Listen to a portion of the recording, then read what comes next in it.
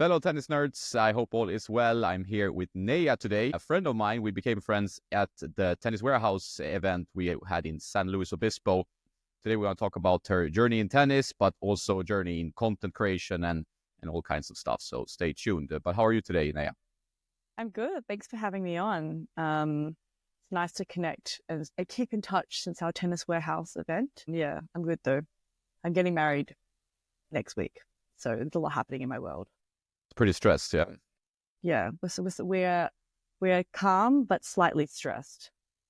That's okay. As long as you're calm, that's good. But I think by maybe 2 days before, you will start feeling a little bit more anxiety, maybe. Yeah, that's what I think as well. I think it's before the events actually start that I'll feel a little more anxious, but right now I feel good.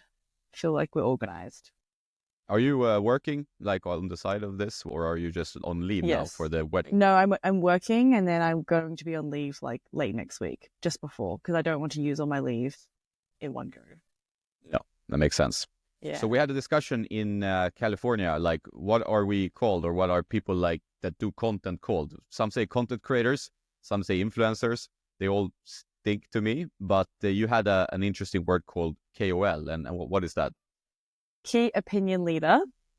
Since you guys were all having an allergic reaction to being called influencers, I was like, I'm going to make you feel better and feel like, you're really contributing to society. So yeah, in Asia, we call influencers KOLs, and that's just like what they're always referred to. No one really calls them an influencer. But I think key opinion leader it's quite a literal like term. I feel like it's quite a good reflection of what people are trying to do, I guess, in whatever niche that they're working in, is trying to share their opinion and be a leader in a space, I guess. So makes sense. Think it's appropriate. It sounds fancier though, kind of. It does sound like it's like a full-time job, like it's like a professional thing. Yeah, which it is. I mean, in many cases, I guess that's the thing, right? So exactly, and you have to. People sometimes think like when you're doing content, it's like so easy. You just film a bit and then the video happens to be just edited by some AI and then you're done, and then you can go on and drink margaritas. Definitely not. I feel like it's funny when I make content around my friends or like my family who don't make content, and then they observe me and they have this realization like, oh my God, it's actually a lot of work. And I was like, yes, these things need planning, and like you need to think about how it's going to come out and then do the editing, and it all takes a lot of time.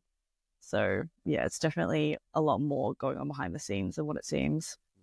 How did you get started with the opinion making? Instagram is mainly the one, right? Like it's not, you're not on TikTok.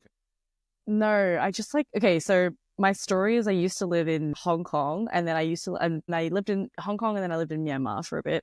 And in Myanmar, I started making vlogs on YouTube, and it was more because I was an expat living in a very new country that I had no idea about, and it was a developing country, so it was very interesting, very different from what I was raised in. And so I was just making content to showcase like my journey.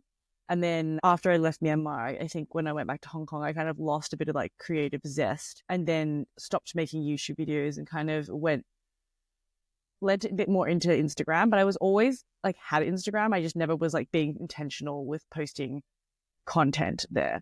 But I think when Reels kind of opened up on Instagram, I was like, how fun, because I had played around a little bit with TikTok during COVID, but I didn't really love TikTok as a platform, and also TikTok isn't available in Hong Kong. So yeah, I played around a bit more on Instagram, and then started making Reels, and then I kind of just stuck to like short form, and I felt like short form was just like takes less time than a YouTube video, for me at least. I think a YouTube video just takes more energy, or there's more room for error, I feel like, in a YouTube video.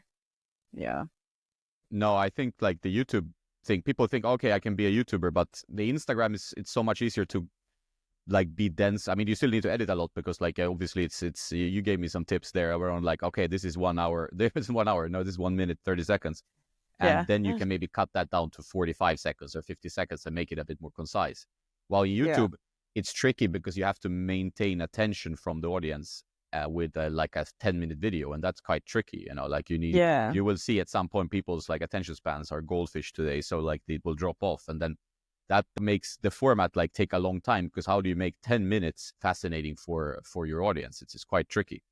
Yeah, I agree. And I think like YouTube actually requires way more storyboarding, because you've got to hook them, and then you've got to keep them in to watch a certain amount and then hook them again, right? So I think YouTube is definitely a lot more effort. And because I was vlogging, I felt like YouTube also required, I tried to focus on like subject matter, like specific subject matters, or else I just felt like you would never stop filming. And it just was like too taxing on your life generally. Yeah. So your journey in tennis, like you've been playing for a few years, and you're doing pretty massive strides from what I can see in your game. But your father plays, like what's your background story there? Yeah, so mum and dad both played, and they just played like community leagues when we were younger. And so they would play like on a Monday and a Tuesday, and then it was just like a local court nearby, and they would take us out to play. But both my parents are like intermediate level at tennis. My dad's probably like a bit better, but we never really learnt the skills from scratch when we were like playing. We would just hit, and we didn't really, I guess, feel the need or have like a lot of money to have like tennis lessons. And so I didn't actually have my first proper tennis lesson until I feel like it was probably 14 or 15. And then I had some tennis lessons for a period of time, and then school just became like too much. So I didn't really like focus that much more on it. But when I was learning and having tennis lessons, it was just to learn foundational skills and actually like learn how to hit the ball. But then from there, I pretty much had like a hiatus for probably like 11, 12 years where I just played tennis socially every now and then. I had a hit randomly, maybe like once every 4 months, and I wasn't taking it seriously. Had a very old racket. I never had a racket like of my own. My dad just had like random ones he bought from the op shop, but we would just use. Like we were just not taking tennis seriously as a sport. It was just like a very much so recreational and just very for exercise and just like bonding. Yeah, and then I've always enjoyed tennis though. I've always found it like a really fun sport and a good like run around. And also I'm like competitive by nature. So I think I've always enjoyed like competing in that space. And so before COVID, I introduced tennis to my fiance, Alex. And I was like, oh, we should maybe start playing some tennis. And so I think we naturally started playing tennis. And then during COVID, when we were in Hong Kong, there was like not much to do. So we would just book outdoor courts and play. And from there, I still hadn't had a lesson because I felt like it was too expensive to have lessons in Hong Kong. So I didn't have like my first lesson until, I don't think I had my first like proper lesson as an adult until I was in Singapore. And I finally started having lessons there.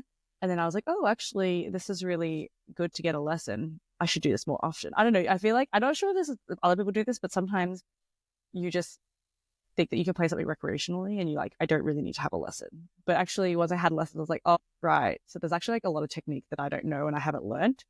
And so from there, I just started playing more. And then I started documenting my journey of me going to play tennis and outfitting and things like that. And I think, yeah, from there, it kind of just became something that I was like, I, as an adult, really want to like spend my time getting good at this because I think that's like a good thing to do when you're an adult, as well as grow skills and become better at something.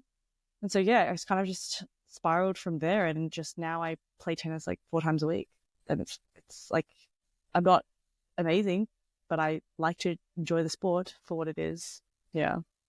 Yeah, that's the spirit. And like you went to the Australian Open and you were there with Asics and you seemed to have a great time. You met Patrick Mouratoglou and a lot of other tennis celebrities. Like, did that give you more inspiration to work even harder on your tennis? And like, how was that experience?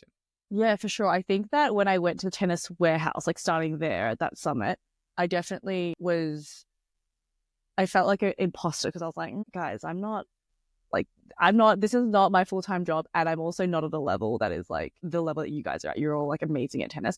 But it was inspiring because I was like, I'm not that bad. Like, I was like, I actually can hit. I just need to have more self-confidence. And so I was like, I need to really go home and practice more. And I think I was really motivated from that trip first about getting better and being able to play at a level that was more competitive and just, yeah, be able to learn more skills within tennis, like learn how to properly slice, like eventually would like to do a drop shot, like things like that, and become a more versatile player.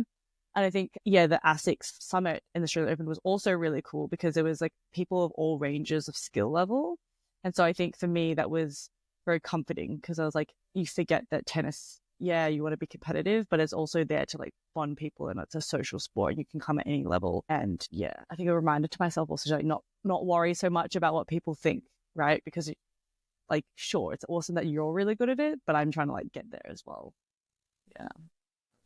I think it's a pretty common thing when you're doing content creation or influencing or you're traveling around. It's like you're feeling like the imposter syndrome thing, right? Like you're feeling, okay, what am I doing here, or why am I talking to these people? And I think everybody has that at some point, unless maybe you're a mega narcissist and you're like, I'm the best at everything, so no worries. So I think that's more natural, and it's like a more of a humble approach to have. But it can be a bit, anxiety inducing to be at these events sometimes. Even for me, like when I'm hanging around pro player practices and discussing stuff with the best pros, then you sometimes get that feeling of like, who am I and what am I doing here? Which is probably true in that case, but it's quite fascinating. So the Australian Open as such, like I'd never been, so it seems like an amazing tennis event, like a festival of tennis. Is that your feeling as well?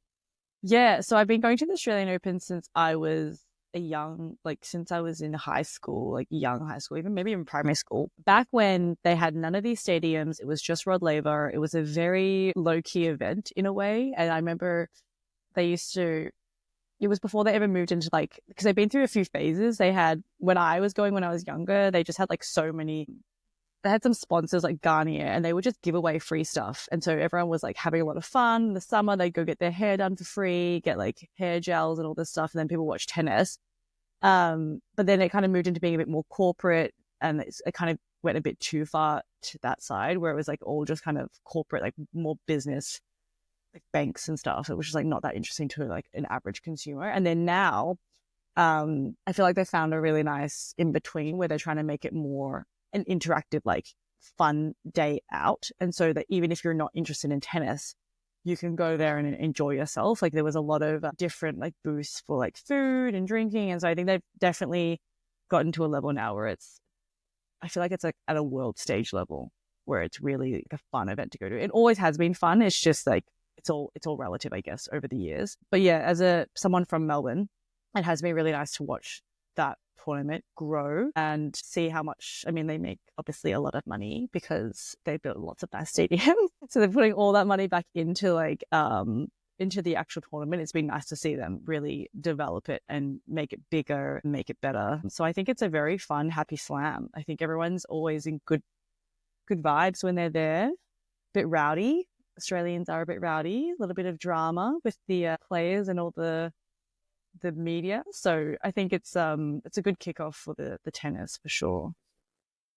Yeah, it looks amazing, and you get the strong FOMO, but then it's like a long flight as well from Europe, so it's like a little bit of two sides to the story. You really need to commit to go there. So what did you do while you were there? Like you watched some like matches that were like highlights, or was the ASICS thing the best part of the whole experience? Yeah, well, so the ASICS event was pretty much like 5 days before the AO actually started, and they were kind of celebrating the launch of their new GelRes 10. And so that was really interesting and fun, but that was really a really cool like build up into the Open because we got to meet up. We got to play tennis with like Patrick, which was, I was not expecting that. And when he walked in the room, I was like, oh my gosh, he's here. And then the next day he came and he was there again, and he was there to play tennis with us. And that was just, so because I follow him on social media, so which I think a lot of tennis people do. It was just a bit like surprising, but yeah, that was really fun. We got to play with like some of the pros like Paolini and Musetti, and yeah, it was just like that was a really cool experience. Also seeing Djokovic in person, I've never seen him like up close. I've seen him on the court, but not so up close. And Dimonor as well. So I think the ASICS event was like a really great like build up into the AO, and that was so fun. It was just kind of like setting the summer tone for Melbourne. And then yeah, the AO itself was definitely really fun. I went on the Sunday. The Sunday was the first day, the 12th, and I went that evening, and we watched Sabalenka and Zverev. Those matches were both kind of like not that fun because they were just like dominating, so it's just like not that much competition. But a match that I got to see was Djokovic versus Alcaraz, which was really fun. I just had mad anxiety the whole time. I had to go for a walk at one point because I was going for Alcaraz, and I was just like, it was just like the first set was so intense, and then the injury, and then Djokovic was just playing like incredible. He was playing like his peak time where he just doesn't miss anything. Like nothing was going out. Everything was such a good hit, and it was just sad to see like Alcaraz couldn't really get control of the game again. But it was awesome to see like Djokovic play at his peak level, really. But I think that was probably like the highlight match from the men's. So that was really awesome. I was lucky because I booked those tickets before the AO even started. And so we just got super lucky that game fell on that night. So that was really awesome. Yeah, it's amazing to see players like that live. Like, and also the closer you get to the court, the more you understand the court speed, like the way they hit the ball, how explosive they move, and how amazing they are as athletes, right? Because if you watch on TV, you see it like from a bird's eye view, and it looks really slow, and you're like, why doesn't he hit to the right there? It's not that easy, but it's so impressive to see it up close. I saw Alcaraz, was it last night? No, the night before, playing in Rotterdam, and it's always he brings the crowd. Like, I mean, he was playing a Dutch guy, so it's against someone that everybody roots for, but people love him. It's like even the practices, it's packed. He just brings a smile. He has such a good charisma as a player, and it's just easy to root for him. Yeah, he's just such a nice guy. I mean, I respect Djokovic a lot as like a player, and I think he's really great. But I think Carlos is just a lot of fun, and he's the future of tennis, and there's a lot happening there, and he actually shows personality on court, which is really entertaining. But yeah, speaking of speed on court, I also watched Rune play Medjedovic, which is a Serbian player. Yeah, and that was wild because they were on Kia Arena, so we were sitting like at second row so we could get a really good view of them playing, but they were just smacking the ball. Like the pace at which they hit, I was like, this is not that fast. I saw they slow it down on TV because I was like, this is moving really fast, and they both had the same playing style where they're just hitting with so much power, but it was also like, frustrating to watch them because their like room for error was so high. So if they just mishit something, it's just like smack it, but then it's out. And so it's a very like it could just be like a serve return done. Yeah. And so yeah, that was pretty crazy to watch them hit like so much power. Whereas I think the Djokovic and Alcaraz game, they had a lot more like finesse and a bit more flavor to like their shots. It wasn't just so power driven. Yeah, I think Djokovic is usually very good at controlling the opponent. So he makes the opponent kind of play his game. Like he's like a chess player, like he uses the middle of the court really well, moves him around to make him kind of uncomfortable. So he cannot really go all in on the shots. While there's some of these like younger guys are more like kind of this type of college tennis, which is like bashing, they're going to go bash, bash, bash. And the guy who hits the most winners, he wins kind of. That's the style you expect from that. But he plays a lot of strategy, which is quite fascinating to see how he controls the rallies in a way. Yeah, for sure. I also saw Sabalenka play Pavlyuchenkova. I don't want to butcher her name, but that was actually like a pretty good match. I feel like Pavlyuchenkova, I'm saying her name wrong.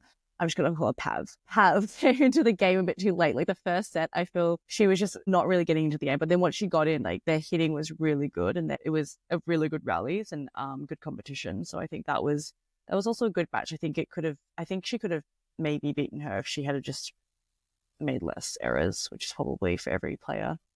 So yeah. What do you think, like as kind of being more and more involved in tennis now, a little bit later in your career, kind of, do you think tennis is doing a good job, like as a product, like professional tennis, at selling it to the people, or even like recreational tennis, if you can get into that? Or do you think there's a lot of room for improvement in the way we package the product, or we need to make it faster, we need to make it more enticing for the younger audience?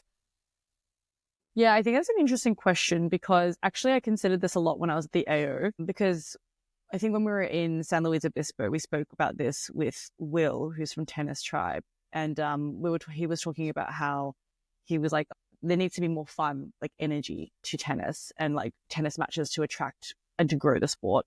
And so I was like actually constantly thinking about that at the AO, because I think the AO was finding this like nice mix of being very energetic, and like they had quite a big party energy at night. They had like a DJ set and everything, and they're trying to bring in like make it fun for just a normal person who's not there necessarily to just watch tennis.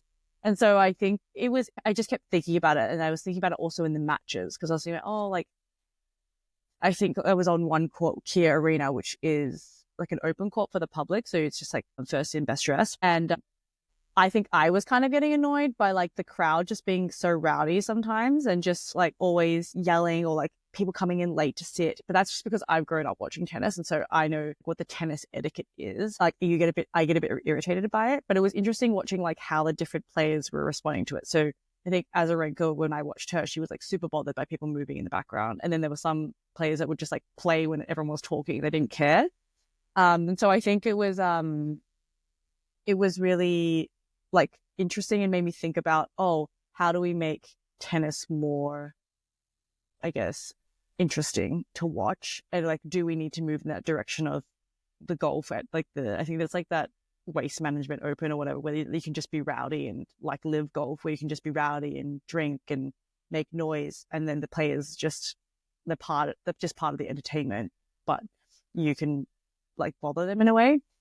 And so I don't know, I think like tennis is a very traditional sport. And so I think it will take time to kind of move that way. But I do think that AO will be one of the starting points for that shifting that way. Because even at the AO, they had a court 6 was an outdoor court, and they put a bar, like a big bar right next to it. They even had to move one of the matches because people were being so rowdy at the bar. So I was like, oh, so interesting. You're already like prioritizing people having a good time over, I guess, the tennis. And so I think for tennis to grow, I think there needs to be like a happy medium between both, right? Like teaching people kind of the history of tennis and like that level of etiquette to have, because when you get to like a final, you don't want people like yelling and being crazy, right? So it's like kind of finding that happy medium of helping people understand like why you want to be respectful for the sport, but also commercially being able to like encourage people to come and enjoy it and to grow the sport and to make it an event to go to, not just for tennis, but just for the overall energy and vibe. So I think it like tennis, I think they're doing a good job, and I think they're being like creative, especially with the AO. But I think like for like tournaments like the Wimbledon, I couldn't see them really being like that far down the spectrum like AO. So yeah, I think it's interesting for like the tournaments and just generally trying to get people to watch tennis. I think there's an opportunity for it to be more interesting. Yeah, I agree. I think it's a balance, of course, but like because you have the traditional tennis fans, of which maybe I'm one, but I'm also seeing like there's like you grew up watching tennis, you know, like you have to shut up, you can't walk in like in the middle of a rally, you can't do this.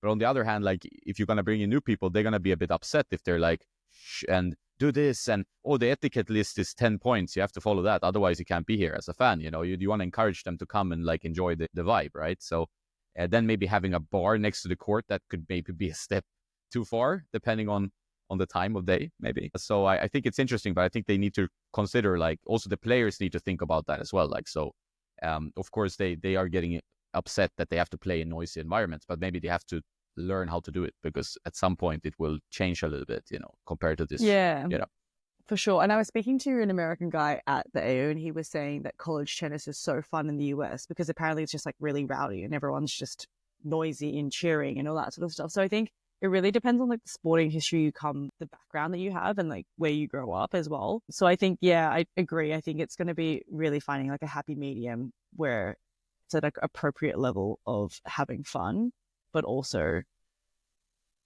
not deterring like players, not distracting players or like the quality of play. do you find like the matches are too long, or do you think that that's like an issue for people, that it's like, okay, 5 sets, especially on a Grand Slam, but then you like it's a 6 games, it can be 3 hours, it can be 5 hours, it can be 1.5. Yeah, I really enjoyed watching women's matches because it was shorter. And I just also thought like their playing style was a bit more interesting because, as I was saying, like when you watch like Rene just like smack the ball, it's just not that engaging for 5 hours. And that match that I watched, I think we ended up leaving because it was like 12 a.m. and that game went on to like 1 a.m. But yeah, I think I enjoyed the women's matches because it was shorter. The men's matches for me, definitely at the AO, at least because it was really hot, it was a bit more of a struggle to just like sit in that chair the whole time and watch. And I was even sometimes I was thinking, it might be nice to just go home and like watch this at home so I can step away and then come back. Whereas like when you're watching it live, 5 hours is a long time, when I think the playing style is like kind of less interesting now. Sometimes it's like definitely power driven. And so yeah, I think I do think that I my attention span, and also with the nature of like social media and everyone's attention spans like really shrinking, it is really hard, I think, to like get people to sit there for 5 hours and watch a match. Even the Djokovic Alcaraz game, which was on a weeknight, people were leaving early to like go home because it was a weeknight. People probably had work, but also it was just too long at some point. You're like, okay, I've seen what I've had to see. I'll just watch the rest from home. So yeah.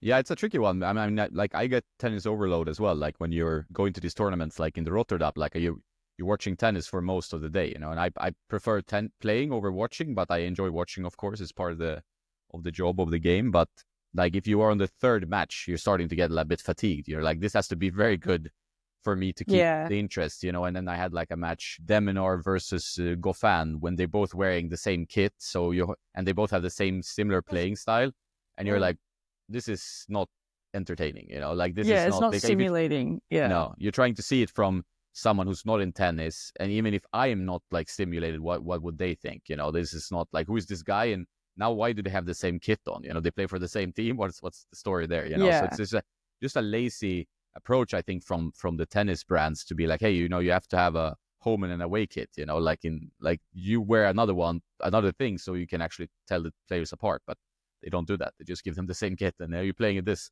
you know. Yeah, for sure. I agree. You can definitely get a bit monotonous when you like are just watching and you're just like, okay, yeah. So I don't know. It is interesting. I think it was good at the AO because a lot of people could like come at nighttime after work and then they'll just like pop into different matches. But there was a day that I went all day and I stayed for the night session. And it was just a really long day. I think it was like 13 hours. And I was knackered when I got home. I was like, I think I've had enough tennis. I don't think I want to watch any more live tennis. I just want to watch it on TV. So yeah. Yeah, the live tennis takes some energy. I think like staying, I think two to max 3 days that's my limit. And then I go like, okay, I like walk around the practice courts because I like to see like, okay, they're trying something new. They're working with their coach. What is the coach saying? That's my favorite. Like in the Rotterdam, we could walk really close, so you're like just behind the player and you can hear their conversations and stuff, and you can even talk to the player if you want in some cases. So it's that's a great way of like enjoying the tennis experience without it being a match, you know, for example. Yeah, for sure. I actually noticed that a lot of like avid tennis fans or like people who are at your level actually prefer to just go and like watch practice courts or watch people spar versus actually watching the match, which was interesting. I did actually watch like a few of the practice courts when I was like walking around, and I was like, yeah, I guess it is more interesting. At least you get to get up close, and if you do know all like the technical things, it is interesting to see like what changes they're making or what they're wearing, all that sort of stuff. Yeah. Yeah, that's an interesting one. When it comes to, I mean, you went there, you had the ASICS 5 days before. Like working with brands in the tennis space, I guess that's you work with brands in different kind of categories, I would say. Like, do you see a difference? Do you see like something that could be improved from the brand side? Like, it's always a complicated thing, I think, to work closely with brands on certain things. Yeah, I think it was interesting because this was the ASICS Tennis Summit was the first tennis summit that they've done. So they are trying to actively lean more into tennis because they are biggest market share is like running. And so I think that they put a lot of energy and time into it. It was very well organized. And so it was definitely more of like a media event than it was more of a media event more than anything. So they had like a lot of sports journalists there, people from like different tennis like blogs and all that sort of stuff. And so that was quite interesting to like be in the mix with those people versus it being, I guess, like a brand trip per se. And so I think that event was really well run, and like well paced. I think sometimes like with these, when you work with different brands, sometimes you can tell when they haven't really like well thought out what they want out of you. Yeah, either they don't know what they want or it's just like too packed, and there's not enough time to like breathe or have like space for yourself, which I understand because I guess a brand is trying to maximize their time with you and get as much out of you. But I do think it is better for events or like brand trips for them to leave more space for you to have downtime to actually like relax and then also make content, because I do think like a big piece that brands want is like they want you to make your own content and post about your experience. And so I think sometimes brands spend too much time focusing on filming like content for their like official platforms. Whereas I think like they actually get way more out of us if we post our own content and experiences on our own platforms, and like it's way more reach So I think there's an opportunity for brands to definitely make more time for that and space for that in like these trips or summits that they host. But yeah, I think the ASICS trip for tennis was very well run. They had a good balance of like not like over pushing their product, or like trying to make it too much about like a very rehearsed like brand launch. So I think that was quite good. Um, yeah, I think that's about it really. Yeah, I would say, like in my experience, that's the same as you. Like they usually last minute, and then it's like, oh, we need some influencers for this stuff as well. That would be great. Then we get free, like, or free, somewhat paid publicity and or cheap publicity in many cases. And then they don't really have a plan, so they can't maximize like what's the whole purpose of this, of bringing all these people. And I've seen it numerous times over the years, and I always get a little bit disappointed by like that they could have partly engaged you before, which I think is a better idea, and say, hey, we want to invite you to this, but we want it to be a good experience for you and us, right? A win-win, right? So how would we work together to make the best type of content or relationship from this experience? So you can bring your ideas and say, I think if I get a few hours, I could do this. And if you could, bring me like that, or just if you have pro players there, we can have a hit with them, blah, blah, blah. Instead of just having like a clear itinerary already pre-planned, or even worse, nothing at all, which I've seen as well. Like, or they just have like, okay, we have this day, maybe you take videos, right? So it's like a bit. Yeah, that's true. I do think they do these like open content slots, but I do think if they have a good social media team, then they would like pre-plan with you, like, oh, hey, like bounce ideas, figure out what they need for that shoot, and make sure that you guys are like pre-prepared. Because sometimes I feel like they just throw you into it, and then you're like, oh, hey, like to somebody else, like you want to collaborate for this, like you kind of need to be very, very crafty, like on the spot, impulsively, which doesn't always come out with like the best content. No, I think it's like if you have also time to prepare, you know what to expect. So I should bring this, and that this is where I'm shooting this. Like if you go in any production that is like an advertising shoot and stuff that I've done in the past, like planning is everything. Like you're planning a lot. You're just planning what to do. So like the end result would probably be like 10% of what you shot, but at least you have a strong plan. So you're gonna get there at some point. While here you're not really sure what you're gonna record, so you try to record a bit of everything, and then it might end up being really not that succinct and not that good in the end, So I think that's something to learn for them as well, like to try to be a bit more strategical in what they want from the calls or the influencers. Yeah, I agree. What was your thoughts on the two finals at the AO? I hardly remember who played in the. Okay, Sabalenka played Madison Keys in the women's. Yeah, this one was great. Yeah, that was a good one. I think I preferred that one. Like, who was in the men's final? I sound like an idiot now, but very boring. It was Sinner and Zverev. It's very okay that you forgot, because it was a very boring match. Yeah, I think this was a good advertising for women's tennis. Like if you compare the finals, I watched both of them, but the Sinner, Sinner Zverev, it's like kind of similar, like two lanky guys that don't miss. So it's like, okay, I mean, Sinner is so impressive the way he can actually like add interest to his shots. So he like gets more power from a defensive position than anyone I've ever seen, because he's so strong in the legs and has such good technique. But obviously, like as experience, it's not going to be the one that puts a smile on your face. Like there's not going to be a lot of entertainment for non-tennis fans. It's going to be something for like the drama of the score is going to be the main story. And while, I thought the key story is nice because she was, always talked about as a big talent. She was in a final 2017, didn't win that one. And now she got like a kind of finally a big title, a slam, so, and she has pretty good charisma as well. Like, so I think there was a good story. And for me being in the racket space a lot, like she also switched rackets just before the season. So it was like a good story of that also, like how that can affect you in a positive way. Yeah, for sure. I think when I watched Keys play, not live, but on TV, the Adelaide Open, and she beat Pegula. And when I watched that, I was like, oh, I feel like when she went into AO, I think she's playing really well, and she's actually going to get really far. And then she just kept winning. And then when she got into the final, I was like, I actually think she's going to win, because she was just like, I feel like she's just playing really hot, and she just really found a groove, playing good, got a good feel, and she just had really good momentum. I'm interested to see how she goes for the rest of the season. I think she might have a pretty good season. Yeah, I think it's better for the storyline if that continues. Sometimes you have like these one tournament wonders, and then the player kind of drops off a bit into an abyss of some kind, and it's a bit sad. You want them to like, okay, this is the start of something, right? Like that's just because you have a story arc in your head, like okay, that's. But if they just disappear, there's no story, so it's like it kind of ends there. It's a bit sad. But in her case, I think she will have a pretty good year as well. She's experienced enough, Yeah, I think she's at a really good age and like maturity with her tennis, where she is feeling like very happy within herself. It's like weird to make it about that, but I do think like when tennis players are like quite, you can see when they're happy and like they're feeling fulfilled. So I feel like it'll come out on the court, and it seems to be. Yeah, and like having a smile on your face while you're playing, or like being not so serious, it's a big winner for me. Like it makes the tennis look more enticing, and it's easier to root for you. If you're super serious and you're not showing anything, you only have like kind of medium to negative emotions all the time. It's not really that fun to watch usually.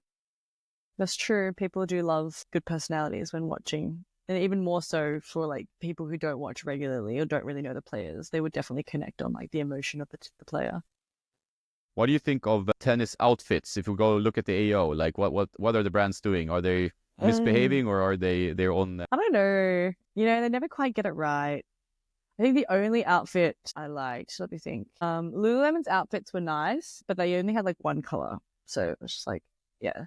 On Cloud continues to do this pattern that they're doing with this like ombre thing. I might surely come up with a different style or pattern or something, and the colors.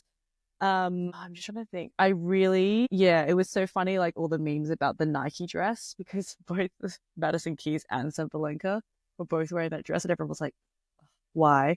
Because it was a very odd style of dress. And I also think it's bizarre that Sabalenka doesn't have her own like customized outfit still. It's a bit weird.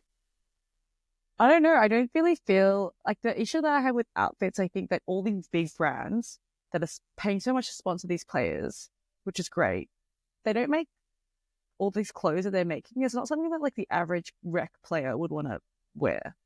You know what I mean? Like I know women who play tennis and they're just like, oh yeah, I can't find any like nice outfits that look cute and are functional. It's kind of like you have like Adidas, Nike, etc., all just making outfits that are just functional, but I don't think they're aesthetic to wear at all. And so your average player who's like a community player, who's kind of the market you want to hit, right, is not going to buy those outfits. Like that Adidas dress was so ugly. And the holes, all I was thinking the whole time was like, it's so hot, they must be getting such ugly tan lines. With the gaps on the shoulders, I was like, that's just so impractical, like so, I don't know what the point of it is. Yeah. I think a lot of them are really not creating products or designs that are like for consumers that they would actually want to purchase. I don't know. It'd be interesting to poll people. I don't think many people would be like, oh, I watched this person play and I went to go buy that dress. No, I think they missed the mark quite heavily on that. Like, I don't know the sales numbers, but I would predict, based on talking to some brands and stuff, that it's difficult to sell. Like, I talked to Nike as well, and apparently I met them the other day, and it's like apparently like they sell from the men's apparel, but the women are not super comfortable buying what the women players wear. Like that's the feeling I had. Like that's the information I get. That is like it's tougher to sell like these weird dresses. Of course, it doesn't feel like exactly what you said. Like they're not really a practical purchase or not something you're like, okay, wow, this. And the guy stuff is usually quite boring. It's like, oh, we have a yellow now. Okay, correct. You didn't do anything else. Like that's it. And a very few guys should wear like the sleeveless of Alcaraz, right? So it's like I remember when Rafa and Roger were like at the height of their abilities and their personal brands, and people would buy Federer stuff, they would buy Rafa stuff depending on their preference and their allegiance. And I think like Nike sold so much, it's like everyone had the same kind of outfits, and now it's just not there. It just feels like a little bit. Like the Adidas stuff is quite, and the Nike is not that exciting either. Yeah. So, yeah. But I also don't like that they're not putting much effort into like making a customized outfit for certain players. Like for example, I think Rafa and Roger both had a very distinctive style on court. And so if you were a fan of those players, you would go and buy, like, I mean, even Rafa with his like 3/4 length pants, right, that he always had a wedgie with, even that was like very distinctively him. So even if you maybe didn't, I don't know, if you were just a guy that just really loved Rafa, people would just go on fangirl and like buy those pants, right? There's nothing really distinctive. Like, you could be doing that for Sabalenka. I think the only outfit that I was like, oh, that's so cool, was Naomi Osaka's like US Open. She had like a really cute, like a big bow on her jacket, and then like it was just like a fun outfit, right? And she was having like fun with fashion on the court, which I just don't think like we saw much of that at all this AO. Yeah. No, but it's funny. Like they have these huge stars, like that could really have their individuality like shown on the court and in their clothes, on the men's and women's side. Like you said, Sabalenka should have a signature, collection. Even on the Alcaraz and Sinner should have signature collections, of course, and other guys. But then they wear the same stuff, Obviously, they tailor it to their preferences, but it's like the same stuff. It feels like it's a lazy approach when they could have like take a bit of a risk to illustrate that person's personality, and then see if that resonates. And if people love this player, they would buy it. But if that player wears exactly the same as 10 other players, like, why would you buy it then? It's exactly. Not logical, really. Exactly. I think I wasn't obsessed with her outfit, but Coco Gauff had like a pretty cool outfit that was like a bit different. But I didn't love the men's because I was confused the whole time, thinking they were like from the Australian team, because like Tommy Paul was wearing, he was playing an Australian guy and he was wearing like green and yellow, and I was like, are you the Australian? I thought the whole time he was Australian. I was like, oh my god, no, you're Tommy Paul. But that's also confusing. Why wouldn't you balance do that? But you're not just an avid tennis player. I wanted to get into that as well. Like you love running. You do a lot of running content. And how does that feature in your life? You've always been a runner. Do you you run every day? What's your running life like? I used to be a very avid runner. I used to run every day, and run. Yeah, I used to run like every day, just like wake up and run like 6K every day. It was just like my thing. I think I started doing that when I was about 17, and then I just didn't stop. I feel like that was like my first time I really started exercising and like moving into and being more aware of fitness. And so I started running, and then that just became something that I love to do. And I ran like half marathons, I ran like long runs, and I was like, oh, I'm actually pretty good at this. But I also just enjoyed it for like endurance. It was just, I am not an agile or explosive power person. Like, I just can't sprint to save myself. But endurance running, I was like, oh, this is really fun. I'm actually like, this is something I'm good at. But I also think like running for me has just always been, it helped me set up frequency and like a habit of exercising. So I think like starting with running and doing that every day, now I'm like a person that just moves every day. And so I have changed like what I focus on. So I think just naturally, but now I do less running, and I've been doing like a lot of like strength training, just because I think I got to a point where I was running so much, but I didn't have enough like strength in my core. And I felt like I would be very prone to getting injured, having not had a balanced like core or like glutes and all that sort of stuff. So I focused a bit more on that. And I also kind of injured like my right leg a few years back. And so I just haven't been able to run at the same speed that I used to. I used to be like pretty fast. And so I've been like slowly trying to churn back and like get back to a pace. But yeah, I think right now I've been focusing so much on tennis that, and like going to do my strength training, that I haven't been running every day, but I try to run like maybe like 2-3 times a week. But for me, I actually really love running now for whenever I travel. It's the easiest thing to do. Just like take your runners and then just run the streets and like explore, see new things. So I always love running. And I think this year I'm going to say it here, which maybe that makes me commit to it. But I wanted to do a marathon this year, but I just need to find time to like be good at tennis and continue like to grow my tennis and like get better at it, and also get back into running. So I think after my wedding, I will create a training plan and have the bandwidth for it. Sounds good. So what's the honeymoon plan? Can you share that? No, I don't have any honeymoon plan at the moment because we travel quite a bit. So I feel like really want to go to Africa. That's probably where I'd want to go for like our actual honeymoon. But I don't think we haven't planned anything. So we'll see. Our wedding is a destination wedding in New Zealand. So I think I felt it was too much to take all of my stuff there and then go immediately on a honeymoon. So we think we'll just do that, regroup, and then do something later in the year. Yeah, well, and I miss them. You're already traveling to the wedding, so I guess that makes sense to just to like now New Zealand is beautiful as well. Like you stay around there for a while, I guess. Yeah, I think we're just staying like a few days after the wedding. So we'll be in New Zealand for like a total of like 17 days. So that'll be nice. And what other plans do you have for the year? Like, what's like you going on the tennis tournaments? Any interesting travel besides that that's already planned, or you kind of after the wedding, life starts again now with a slightly different setup? Yeah, we haven't made major plans this year. Yeah, no, I actually don't have plans. I would probably like to go to the US at some point, to visit my sister. And maybe I can try and like tee it up with going to like the Open. I think next year I'll try and plan to go to Europe and like try and go to Wimbledon or Roland Garros. That'd be really fun. But yeah, I don't know. I'm very what the people call it free spirited, but yeah, we'll see. I'll probably end up traveling somewhere. Yeah. But you always travel, right? Like because you do you ever get fatigued? Like you've always been traveling a lot. Like that's what I get from you as well. And the same here, you know. But I sometimes get if it's been like 3 weeks of traveling in different places, I feel like okay, I need to be home for a little bit, and then you get that bug again. Yeah, definitely. I think it's a weird battle for me because I do really enjoy traveling, but at the same time I actually really enjoy routine and being in one place because it's easier to work out and play tennis and do all that sort of stuff. Like once you're traveling, you just don't have the same intensity, I think, when you like want to play tennis or like do those sort of things and you have like more distractions. And so, yeah, I think I definitely get fatigued. I also feel like I get more fatigued thinking about the travel I have to do before. Like I'm like, got to be away for like 3 weeks and then think about that versus when I'm actually in the moment, I just like really enjoy myself. What would be like a dream trip? What would be like okay, this? I mean, Africa, you said for the after the wedding maybe and some kind of extended honeymoon, but would there be like a dream tennis trip? You know, to watch a tennis tournament or something? Yeah. I haven't been to the Roland Garros and I haven't been to the US Open. I did go to the Wimbledon when I was like 18.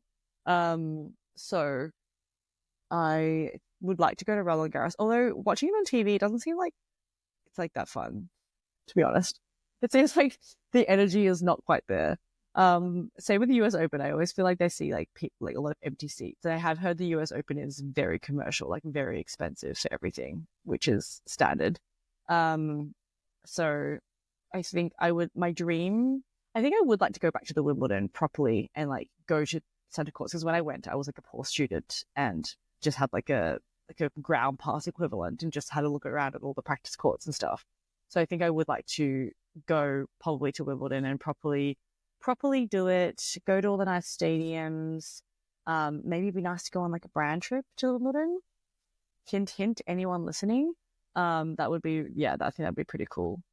I did really enjoy doing like the AO ASICS trip because it just was fun. You got to see like behind the scenes stuff. You got to meet players, and it was just like a different level of access. Whereas, yeah, when you just go as like a layman, it's not the same. Yeah, Yeah, brands hook her up and hook me up, I guess. Well, I would say hook us that's both always up. yeah. It's a 2-for-1 package, you know? Yeah, it's always nice to go on tennis trips. Sometimes they're not as organized as you would like, as I said, but they're obviously always nice. And you're always, I mean, with tennis, it's the same when we met in San Luis Obispo. Like it's like if you have a great group, it's like adds extra fun to it, you know, and you have a great time together, and that makes the whole experience so much better than just being alone and going for a tennis tournament. That can be Yeah. quite just fun watching tennis, but then you get a bit bored usually after a while. Yeah, I think that's what I've enjoyed as well. Like going to these brand trips is going and networking and like actually meeting people who do tennis stuff. And it's interesting to see what everybody does and like their journey to what they've started creating, or their experience and their perspectives. It is really refreshing. I think I can actually enjoy that the most from when I go on these brand trips. It's just like learning about people and their journey. Do you have any social media goals? Like what you're working on the social media side? I know you have a day job as well, so it's not like a full-time thing for you Yeah. yet, but do you have any plans to grow? Plans, yes. I want to do something like different with my content this year and try and have a bit more of a maybe like themes within my content. I do really like when people do like series. I think it's more engaging. So I'm trying to come up with like a series that would be engaging and that I can commit to doing, maybe around like skills or me getting like better. I think for me, I've realized that my point of difference is that yes, I'm someone who's like learning tennis and getting better.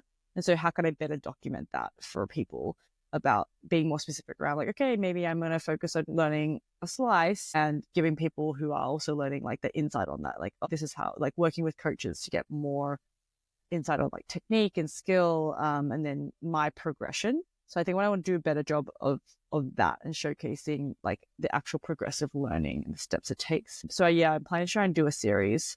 I think I also want to commit more to like outfitting and maybe review a wider range of brands, and be more active in like buying or like trying to like try out different outfits so that I can be more consistent in that space as well.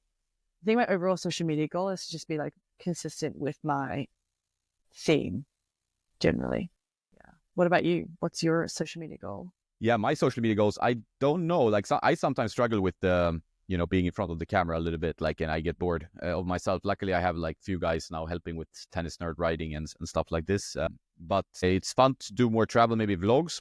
Sometimes they don't really resonate as well. Like, I hate to get too stuck in just reviewing gear and rackets. That's fun at some points, but not all, or everything I want to do. So, but maybe doing something more with the travels. I already have so many kind of like, things planned, like in terms of partnerships and stuff, that I it's hard to find time to innovate beyond that. But the travel usually helps. I want to go to Indian Wells. I'm trying to work on that, and that would make for some fun content, hopefully. But it's always tricky to find a way. I like your idea with themes. I think the learning theme was what everybody likes, because we're all on a different journey, right? So we're just trying. I can resonate with someone trying to improve one shot, or trying to run a mile faster, or learning to cook, or whatever it is. I know you love food as well, right? So I think having different themes makes it engaging for different types of people as well, like, and they can follow your journey. So I think that's a good idea, actually. Yeah, I think you should vlog. I love your vlogs. You should vlog. Keep vlogging. I think you can definitely continue to do that style of content, and people will just like, it's different, but people will like learn to like it, and it'll reach different audience as well. I've also been thinking about getting back into YouTube, and trying to spend like more time of like outputting more content, but I just need to think about like my time and whether like what I would want to post on YouTube. So yeah. Yeah, do you put your Insta content on like shorts as well, or no? I'm really bad with it. I should, but I always just post on Instagram and then I like walk away from my phone. But I really need to be like posting on all the platforms. I'm just that's the goal of this year, is post everything on every account that I have more consistently. Yeah, I think that helps. Like, in general, like, you can see, even though some platforms might not work as well, I think over time, I think it's if you have 1 minute video, the format is already done, right? For TikTok, for YouTube Shorts. So you don't need to adapt it so much. It's different when like a 10-minute YouTube video into a 1 minute is trickier. That I find, like, YouTube is a very time demanding thing to do. Like, you really, especially when you see people do the Mr. Beast edits with all the numbers popping up and the sound effects and that stuff. It if you're gonna do that, then it's gonna take ages to do one video, and then the return of investment is sometimes doubtful, I would say, in my experience. But I think you have a good plan then, right? Like, really, like more platforms, but also like maybe more themes. Hopefully, we've got to be more intentional. So overall takeaway. And play more tennis. Well, I'm already playing 4 times a week. It's pretty good. So yeah, I know. I need to be having more lessons though. We'll get back into it after the wedding. My whole life starts again after that. Yeah, I know. It's a big thing happening in your life. So yeah. I wish you all the best for the wedding. Huge congrats. Thank you. And for your trip there to New Zealand and everything. And we keep in touch, okay? It's been great chatting to you, as always. And I hope to see you at some tennis events in the very near future, post-wedding. Yes, for sure. Post-wedding, I'll be alive again. But thank you. I will chat to you soon.